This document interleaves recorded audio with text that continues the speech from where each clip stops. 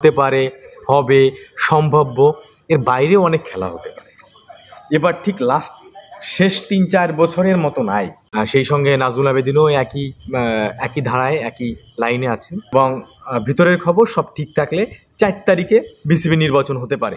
আপনারা জানেন বা যারা খোঁজ রাখেন তারা হয়তো শুনে ফেলেছেন, বিসিবি নির্বাচন আগামী মাসেই প্রথম সপ্তাহে সব ঠিক থাকলে হয়তো ৪ অক্টোবর বিসিবি নির্বাচন হতে পারে। সিলেটে বাংলাদেশ ক্রিকেট বোর্ডের পরিচালকদের সভা ছিল, সেই সভায় গুরুত্বপূর্ণ কিছু সিদ্ধান্ত হয়েছে। সেই সিদ্ধান্তর ভিতর সবার আকর্ষণে যেটা ছিল সেটা বিসিবির নির্বাচন। আপনারা জানেন, আমার মনে হয় সর্বোপরি জাতীয় নির্বাচনের পরে যে নির্বাচন নিয়ে সবার আগ্রহ থাকে এবং যেখানে সবাই সভাপতি হিসাবে আসতে চান সেটা হয়তোবা এই বিসিবির সভাপতি। এইখানে থাকলে একজন পরিচালক, একজন সেই সভাপতি এত পরিমাণে কাভারেজ পান যেটা একজন মন্ত্রীও কখনো পান না। তো সবসময় কেন্দ্রবিন্দুতে আলোচনার কেন্দ্রে থাকে এই বিসিবির নির্বাচন। বিসিবি পরিচালক নাজমুল আবেদিন ফাহিম জানালেন যে অক্টোবরের প্রথম সপ্তাহে এবং ভিতরের খবর সব ঠিক থাকলে ৪ তারিখে বিসিবি নির্বাচন হতে পারে। এর জন্য একটা নির্বাচন কমিশন গঠন করা হবে। সেই নির্বাচন কমিশন গঠন করার জন্য যে ব্যক্তিদের থাকবেন সেই ব্যক্তিদের নাম বিসিবি সভাপতির কাছে পাঠানো হয়েছে। তিনি অনুমোদন দিলে নাম 3টা প্রকাশিত হবে এবং ওনারা ঠিক করবেন কিভাবে নির্বাচন হবে, কবে নির্বাচন হবে এবং কিভাবে নির্বাচন প্রক্রিয়াটা হবে। দেখেন, এবারের নির্বাচনটা কিছুটা আলোচনার আরও বিষয় বা আগ্রহের আরও বিষয় হচ্ছে কাউন্সিলর এখনও ঠিক হয়নি। কাউন্সিলর ঠিক হওয়া নিয়ে এবার কিছু জটিলতা রয়েছে। জেলা এবং বিভাগীয় কাউন্সিলরগুলো অধিকাংশ দেখা যায় অ্যাডহক কমিটির মাধ্যমে হয়ে আছে। তাহলে ঠিক এই অল্প সময়ের ভিতর কাউন্সিলর কি ঠিক করতে পারবে বিসিবি?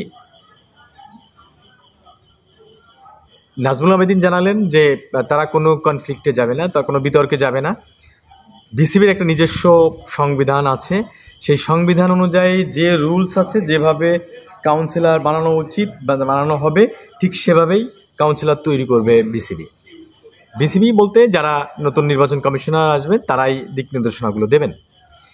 তো এখানে আরেকটি কনফ্লিক্টের ব্যাপার আছে যে এরই মাঝে বর্তমান যে বিসিবি সভাপতি আমিনুল ইসলাম বুলবুল, উনি বলেছেন যে তিনি নির্বাচন করতে আগ্রহী, অনেকটা হচ্ছে নির্বাচন করতে আগ্রহী। উনি যদি সরকার চান, ওনাকে রাখতে চান বা উনি যেভাবে আসছেন ওইভাবে রাখতে চাইলে উনি থাকবেন।